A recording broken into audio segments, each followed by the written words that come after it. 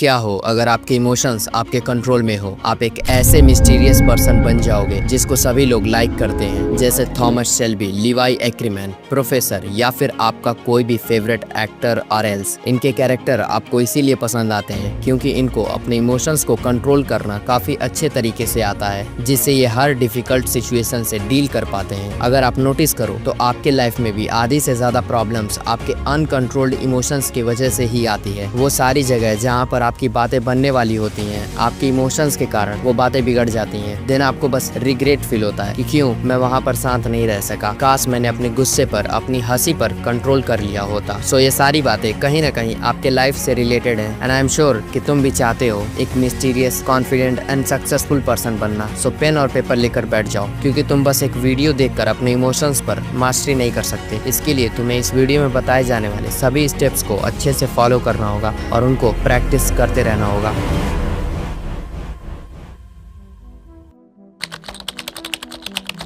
देखो, मैंने अपनी पहली वीडियो में भी बताया था कि अगर तुम किसी भी तरह के एडिक्शन से क्विट करना चाहते हो तो उसका फर्स्ट स्टेप यही है कि उस एडिक्शन को आइडेंटिफाई करो। अगर आपने वो वीडियो नहीं देखी तो डिस्क्रिप्शन में लिंक है, जाकर देख सकते हो। अब यहाँ पर तुमको अपने इमोशंस को आइडेंटिफाई करना है, और वो भी तब जब आप उन इमोशंस में डूबे रहो। जैसे कि आपको सोशल मीडिया स्क्रॉल करते करते अपने उस दोस्त की फोटो दिख जाए जो अपनी लाइफ में काफी रिच और सक्सेसफुल हो चुका है, तो जाहिर सी बात है उस टाइम पर आपके माइंड में दो इमोशंस आएंगे, पहला जेलसी और दूसरा सैडनेस। अब यहाँ पर आपको खुद से एक सवाल पूछना है कि क्या उसकी फोटो देखकर मेरा जलने से या फिर दुखी होने से मैं भी तरक्की करने लगूंगा? इसका जवाब आपको खुद ब खुद मिल जाएगा। अब आप उन दोनों इमोशन से बचने के लिए दो तरीके अपना सकते हो। या तो आप सोशल मीडिया पर ऑनलाइन रहना बंद कर दो, या फिर आप उस दोस्त की फोटो देखकर मोटिवेशन लो कि वो इतना कुछ हासिल कर सकता है तो मैं क्यों नहीं। And now choice is yours. अब देखो, इमोशंस कई तरह के हो सकते हैं, जैसे angry, sadness, happiness, pride, love, disgust, hate, jealousy, fear,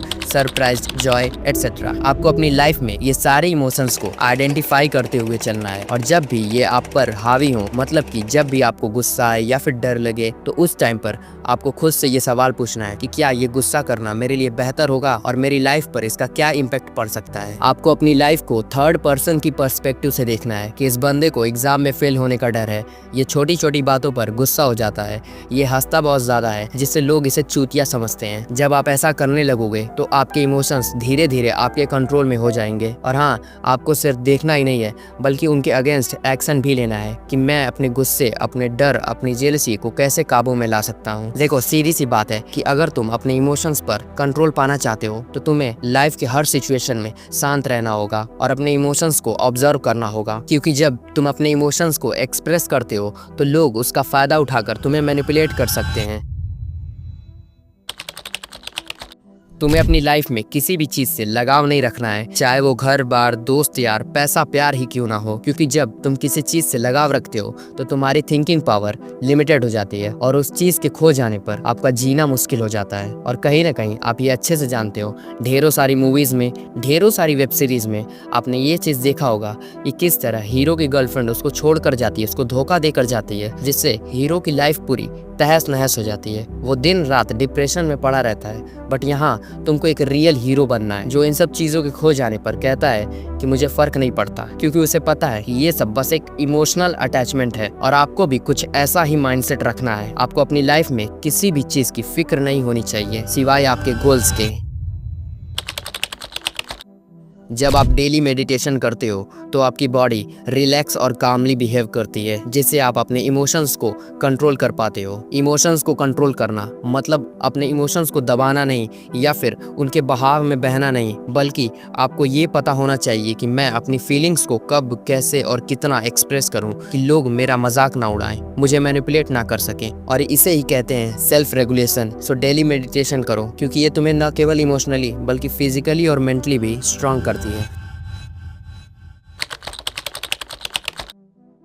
जब आप रोड पर गाड़ी चला रहे होते हो तो कोई बंदा आपके एकदम सामने से तेजी से गाड़ी लेकर निकलता है, तो उस टाइम पर आप तुरंत रिएक्ट करते हो और उसको गाली देने लगते हो। बट आपको इसके जगह 4 सेकंड का पॉज लेना है और फिर आपको सोचना है कि शायद उस बंदे को अर्जेंट रहा होगा, इसीलिए वो इतना जल्दी में था। तो यहाँ पर आपको रिएक्ट करने की जगह 4 सेकंड का पॉज लेना है, देन आपको रिस्पॉन्ड करना है। इस 4 सेकंड के पॉज से आपकी क्लियरिटी और आपका पर्सपेक्टिव बदल जाता है, जिससे आप एक बेहतर डिसीजन ले पाते हो। तो अगली बार जब भी आप इम्पल्सिव सिचुएशन सिचुएशन में हो तो 4 सेकंड का पॉज लो, फिर रिस्पॉन्ड करो।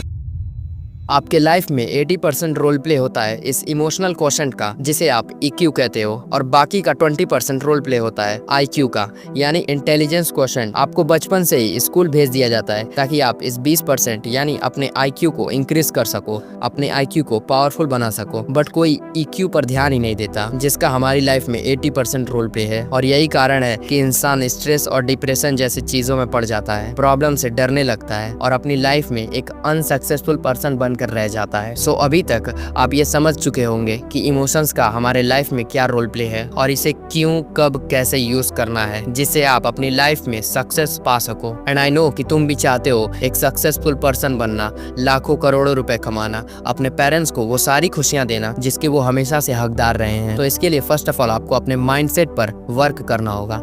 आपको ये नहीं देखना है कि किस फील्ड में ज्यादा पैसा है, आपको ये देखना है कि किस चीज में मैं बेहतर हूँ। क्योंकि मेरे भाई, चाय बेचकर भी करोड़पति बना जा सकता है, और इसके एग्जाम्पल तो आपको पता ही होंगे, MBA चाय वाला, डॉली चाय वाला, एंड इवन हमारे मोदी जी भी। ये करने के लिए आपको पैसे और हैसियत की जरूरत नहीं है, बल्कि एक अलग माइंडसेट और अनब्रेकेबल विल पावर होना चाहिए। सो मिलते हैं अगले वीडियो में, तब तक के लिए take care and improve yourself.